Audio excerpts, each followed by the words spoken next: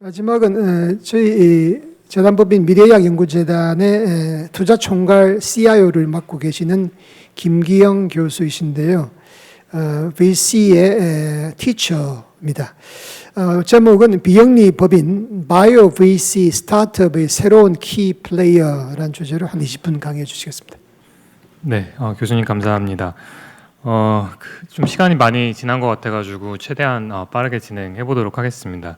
제 세션에서는 말씀해 주셨듯이 이 바이오텍 생태계에서 이 비영리 법인 내지는 비영리 재단이 어떤 역할을 할 수 있는지에 대해서 말씀을 드려보려고 하는데요. 그 앞에서 저희 위벤처스의 경혜원 이사님이랑 한국평가데이터의 최호선 차장님께서 발표해 주신 내용이랑 좀 상당히 비슷한 맥락들이 많이 있을 것 같아요. 근데 다만 이제 조금 더 초기 단계, 앞단의 스테이지에서 좀 더 집중을 해서 말씀을 드려보도록 하겠습니다. 일단 먼저 이 전반적인 벤처 투자 생태계의 이 구조에 대해서 핵심적인 부분을 말씀을 드려보면 일단 크게 세 가지 주체가 있죠. 돈을 주시는 분들, 그 돈 받아서 투자하시는 분들, 그리고 투자금을 받아서 사업하시는 분들 정도로 요약이 가능한데요. 이걸 조금 더 전문적인 표현으로 대체를 하면은 LP, GP, 그리고 스타트업 정도로 표현할 수가 있습니다. 그래서 돈 주시는 분들을 저희가 LP라고 총칭을 하고, 그 돈을 받은 GP는 이 펀드를 만들어서 투자를 집행을 하는데, 이 GP가 저희가 잘 알고 있는 이 VC, 벤처 캐피탈인 거고요. 이 VC는 이 해당 펀드에 모집된 자금으로 이 여러 스타트업에 투자를 하는 건데요.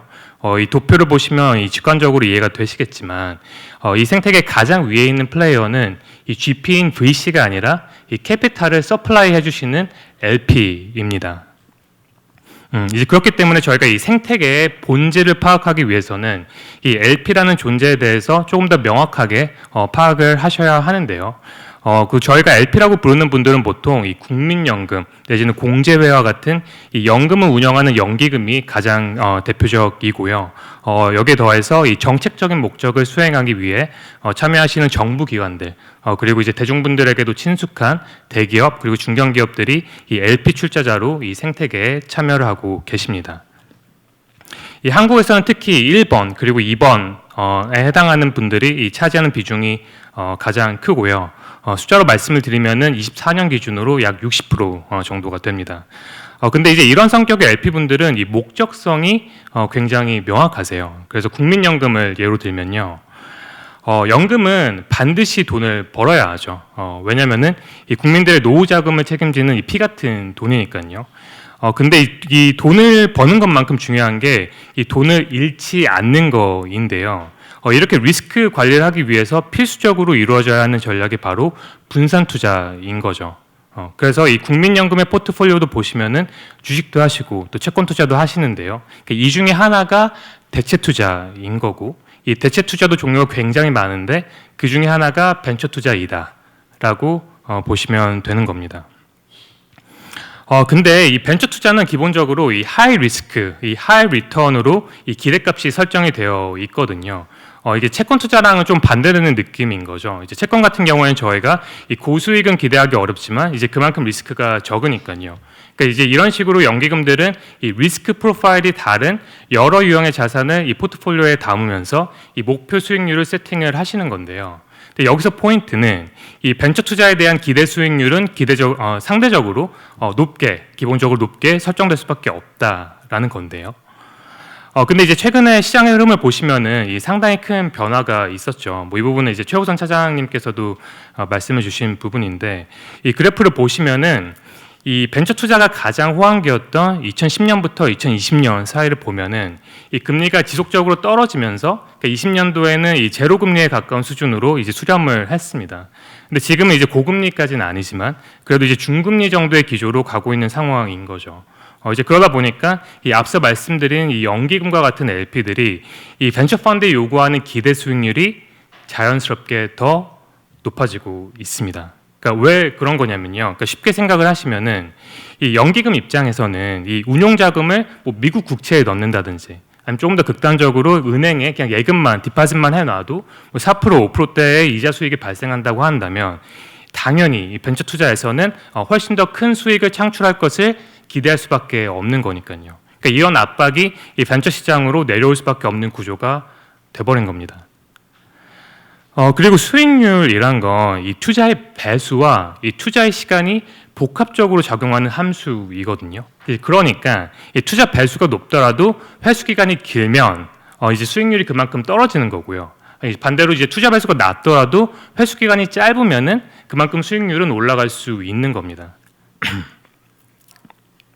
그럼 이제 벤처 펀드 입장에서는 이 LP들이 요구하는 수익률을 맞추기 위해서 크게 이제 두 가지 옵션이 있는 거죠. 그러니까 하나는 이 투자 배수를 더 키우는 게 당연히 있을 거고요. 그러니까 또 하나는 배수를 줄이더라도 이 빨리 회수하는 방법이 있는 거죠. 그런데 이제 전자 같은 경우에는 아무래도 이 밸류에이션이 낮은 초기 단계에 들어가야지 이 배수가 커질 확률이 높은데, 근데 이 초기 투자를 하게 되면 회수 기간이 길어지고 이제 그리고 무엇보다 리스크, 위험도가 훨씬 더 커지니까요. 그러니까 결국 LP들의 요구를 맞추기 위해서는 이 VC들은 후자를 택할 수밖에 없는 거다. 그래서 요즘 대형 VC들을 보면은 이 초기 투자 비중은 계속 줄어들고 있고요. 이제 대신 중후기 단계에 있는 스타트업에 더 큰 금액을 투자하고 대신에 더 빨리 회수하는 전략을 취하고 또 고수하고 있습니다.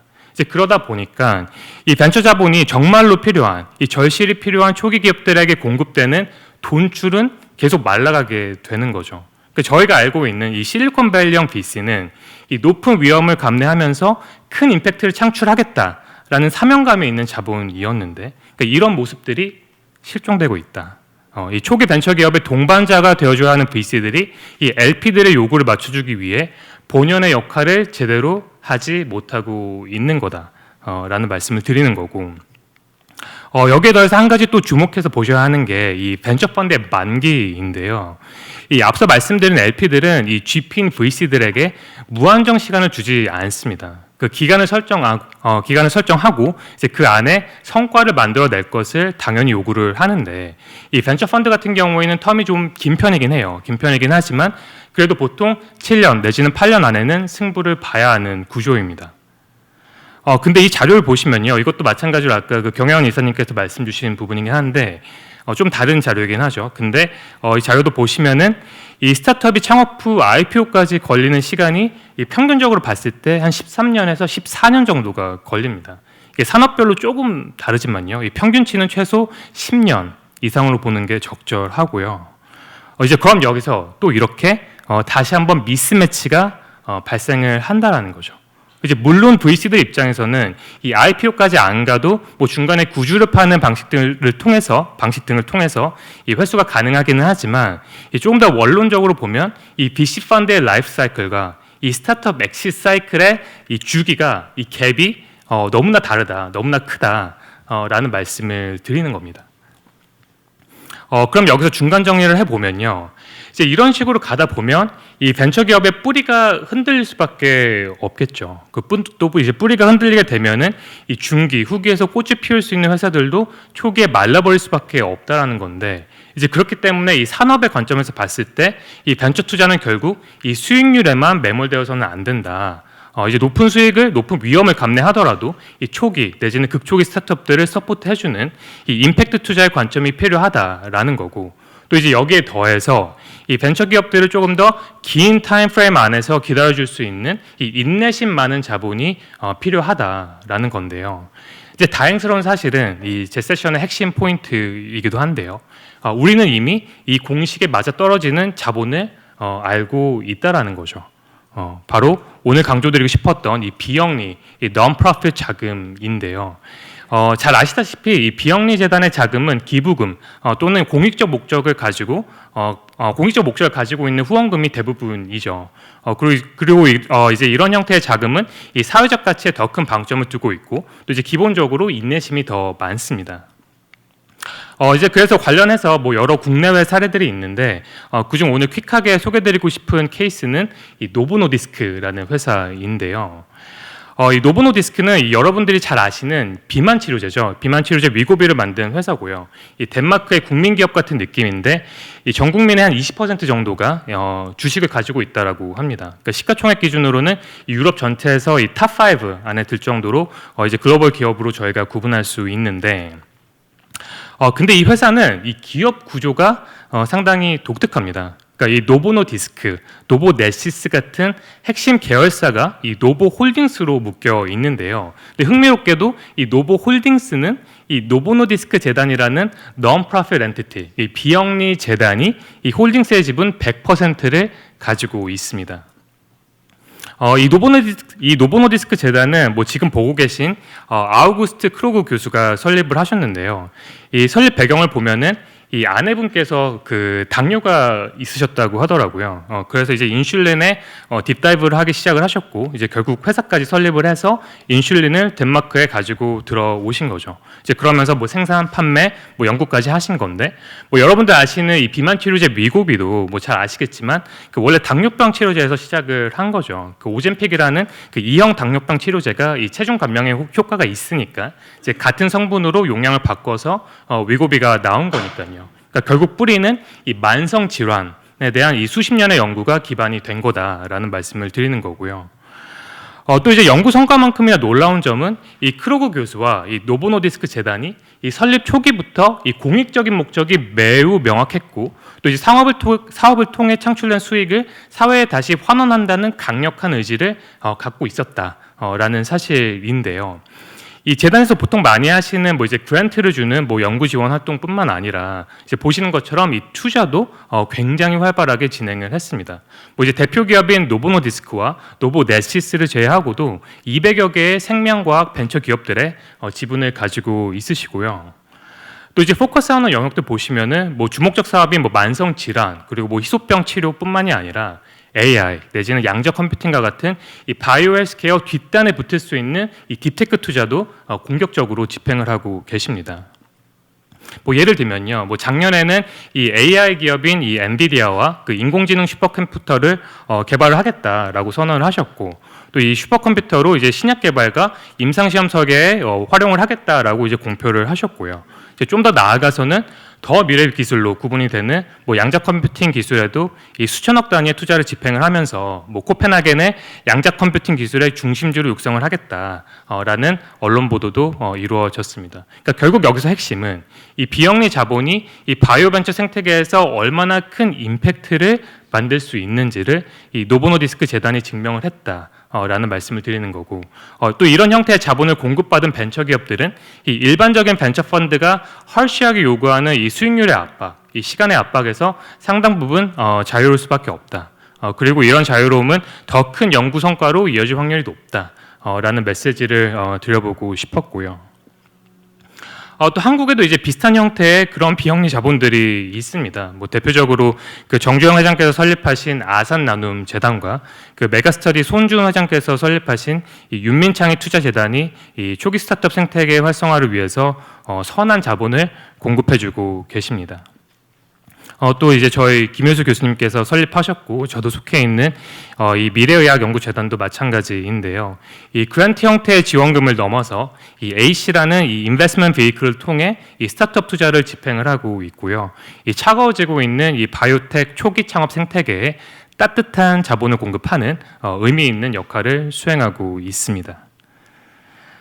그래서 마지막 슬라이드 말씀을 드리면요. 결국 이런 형태의 자본이 이 대한민국 벤처 생태계, 특히 초기 창업 생태계에 반드시 필요하다라고 생각을 하고 있고요.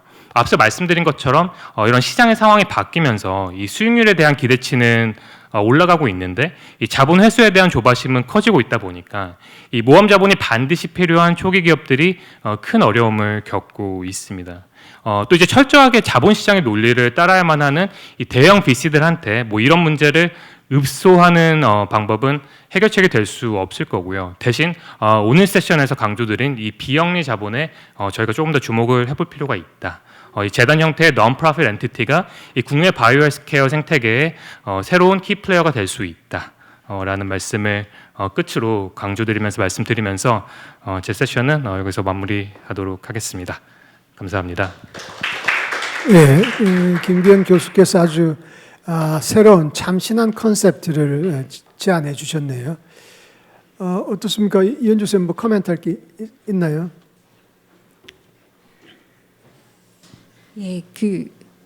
실제적으로 바이오 벤처 입장에서는 말씀하신 이런 따뜻한 자본이 굉장히 받으면 좋을 것 같긴 한데 실제적으로 현장에서 느낄 때에는 이런 말씀하신 따뜻한 자본이 잘 보이지 않거든요. 네.